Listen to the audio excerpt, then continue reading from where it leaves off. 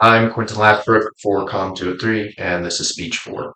My speech is to pay tribute to the virtues of Martin Luther King Jr. in the style of a funeral eulogy or oration. Uh, the idea is to give a eulogy or oration on the life of Martin Luther King Jr.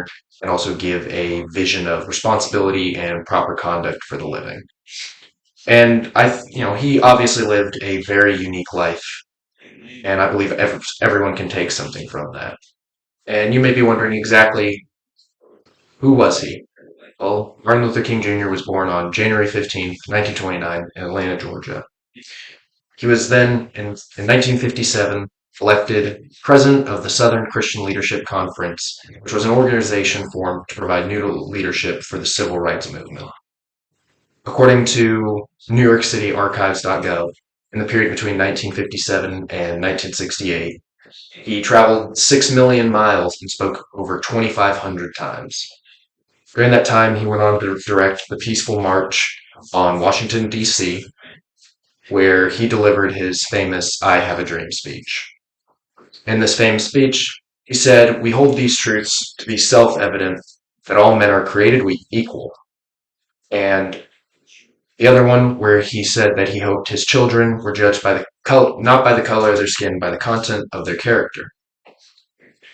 He also, during this time, influenced and he influenced, advocated, and participated in many peaceful sit-ins where he would go and sit in a segregated area, normally a diner or something. And one time he even got arrested. And even then, he advocated the idea of nonviolence. He also advocated for Native Americans during this time, which is not something that was very common. And that was just a little rundown of some of the things he did. But people are more than that. They're also how they influenced others. Like I said, he influenced people to, his main points were to be nonviolent and to treat everybody equally, which is something I think everybody should do. He lived an exemplary life, and there are many things we can take and apply to our lives from his life. One of the biggest was the idea of nonviolence.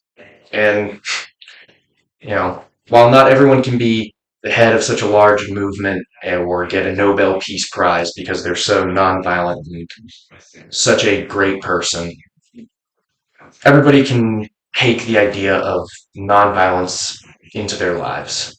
Even in the face of such strong backlash and hate, he still stayed committed to nonviolence, which I believe is something everyone should strive for. You know, Another lesson we can take is the idea of treating everyone as an equal. Like in his speech, he said that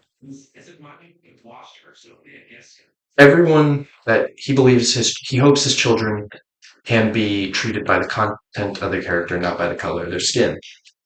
He was also one of the largest figureheads of the civil rights movement, which was about equal rights and desegregation. Treating everyone equally is something everyone should strive for because at the end of the day, everyone's human, no matter what.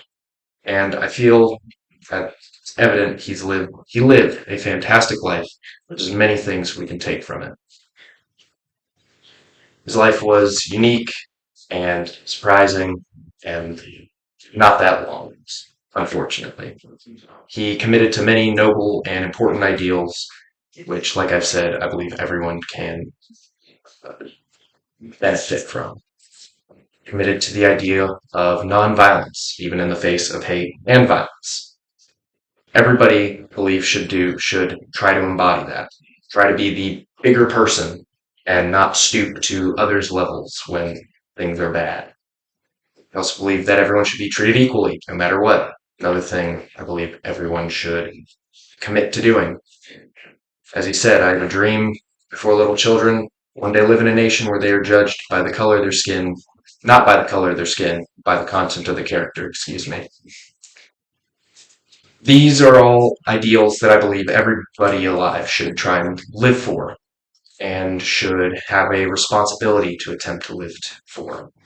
He was married, he did not have any children, and I believed he was a great role model for a vision of responsibility and proper conduct for everyone alive. This is my keyword outline.